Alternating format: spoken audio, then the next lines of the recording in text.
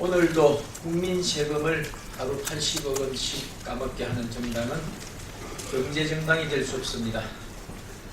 새정치민주연합이 공무원 연금 개혁을 토끼몰이로 깎아내리며 시간을 끌고 있습니다.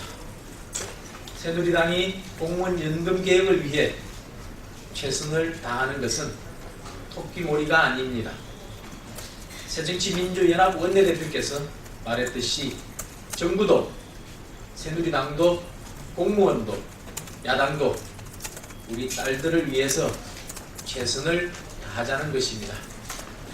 올해만 해도 하루 80억 원씩을 국민 세금으로 공무원 연금 적자를 보전하고 있습니다. 1년에 20억 원씩 늘어나 내년엔 하루 100억 원씩, 5년 뒤엔 하루 200억 원씩, 10년 뒤엔 300억 원씩 늘어납니다. 새정치민주연합은 오늘 하루도 국민 세금을 80억 원씩 까먹고 있다는 사실을 무겁게 받아들여야 합니다. 국민 세금을 하루 80억 원씩 까먹게 하는 정당은 경제정당이 아닐 터입니다. 새정치민주연합이 경제정당을 내세우려면 국민 세금으로 하루 80억 원씩 나가는 공무원 연금부터 반드시 개혁해야 합니다. 공무원 연금 개혁안이 4월 임시국회에서 처리될 수 있도록 초당적으로 협력해야 합니다. 공무원 연금 개혁안을 4월 임시국회 회기 내에 통과시키려면 최소한 3주간의 필요한 절차를 밟아야 합니다. 시일이 촉박한 만큼 오는 6일부터는 공무원 연금 개혁 특위를 반드시 정상 가동시켜야 합니다. 야당의 대승적인 협력을 요청합니다. 소속 의원이 천안함 폭침을 부인하는 정당은 안보정당이 아닙니다. 새정치민주연합이 30의원의 천안함 폭침 부인 발언에 대해 사흘째 사과도 취소도 하지 않고 있습니다. 새누리당은 문재인 대표에게 입장 표명을 요구했으나 아직까지 묵묵부답으로 일관하고 있습니다. 새누리당이 지적하는 바는 야당 국회의원 한 사람의 일탈적 발언 자체에 대해서 물고 늘어지자는 것이 아닙니다. 해당 의원이 아직도 주장을 굽히지 않고 있고 그 당에는 5년 전 천안함 폭침 대북 규탄 결의안에 반대한 의원들이 아직도 30명 가까이 있습니다. 설 의원의 주장에 동조하는 의원들이 더 있는지 의문이 드는 만큼 제1야당의 분명한 입장을 밝혀달라는 것입니다. 이런 상황을 정리하지 않으면 국론 분열과 갈등을 조장하고 국가 안보를 뒤흔드는 천안함 음모론을 잠재우기 어려울 것입니다. 문재인 대표가 안보정당을 표방한다면 진정한 안보정당의 모습을 보여줘야 할 것입니다. 군 부대를 방문해서 장갑차에 올라타고 사격 장면을 사진 찍어 내보낸다고 해서 안보정당이 되는 것은 아닐 터입니다. 천안함 폭침을 당대표는 인정하고 소속 의원은 부인하는 정당이 안보정당이 될 수는 없습니다. 안보정당의 진정성을 내보이려면 안보를 흔드는 당 내부부터 정리해야 할 것입니다. 문 대표는 설른 의원의 발언에 대해서 분명한 입장을 표명하고 국회 교육문화체육관광위원회 해임 등 그에 합당한 징계 절차를 내려야 할 것입니다. 의원총회를 개최해서 다시는 딴소리를 하지 않도록 분명한 당론도 밝혀야 할 것입니다.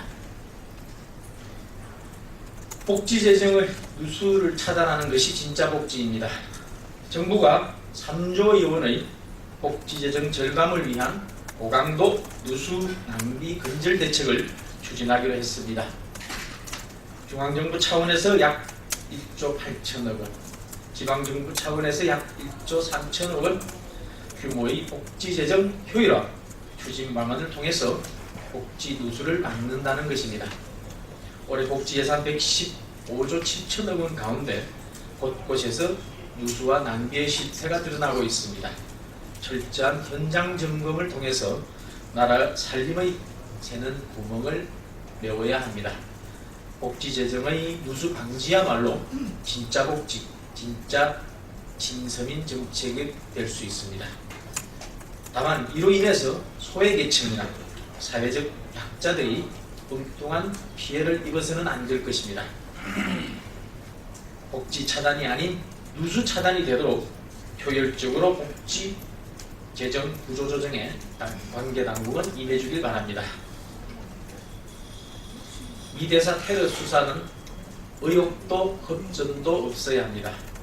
서울중앙지검 특별수사팀은 마크 리퍼트 주한 미국 대사를 습격한 김기종의 살인 미수와 외교사절 폭행, 업무 방해 혐의를 적용해 기소했습니다. 다만 국가보안법 위반 여부와 공범 및 배후 여부에 대해서는 현재 진행 중인 디지털 자료 분석 결과가 나오는 대로 종합해서 신중하게 결론을 내린다는 입장입니다. 주한 외교사절, 그것도 한미동맹의 핵심 축인 주한 미국 대사를 테러한 사건인 만큼 철저한 진상규명이 생명입니다. 한 점의 의혹도 헛점도 남기지 않는 수사가 이루어져야 합니다. 그래야 국민적 의구심도 일부 불순 세력들의 딴지도 차단할 수 있을 것입니다. 일본 독도 영유권 도발이 전입 가경입니다. 우리 역사와 영토에 대한 아베 정권의 도발이 전입 가경입니다. 일본 정부가 2015년판 외교 청서 초안에서 독도에 대해서 역사적 사실에 비춰봐도 국제법상으로 명백한 일본 고유의 영토로 기술한 것으로 알려졌습니다. 일본은 오늘 6일쯤 한국이 독도를 불법 점령했다는 주장이 포함된 중학교 교과서 검증 결과도 발표할 예정이라고 합니다. 이렇게 되면 일본 중학생들은 내년부터 모두 독도는 일본 땅이라고 배우게 되는 것입니다. 일본이 근거 없는 독도 영유권을 계속 주장하는 것은 국제사회에서 스스로를 고립시키는 길입니다.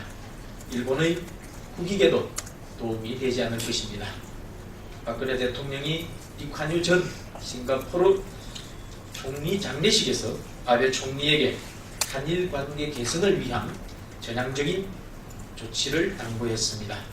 그럼에도 불구하고 보란듯이 도발을 계속하는 것은 심각한 문제입니다. 외교당국의 적극적인 대응을 촉구합니다.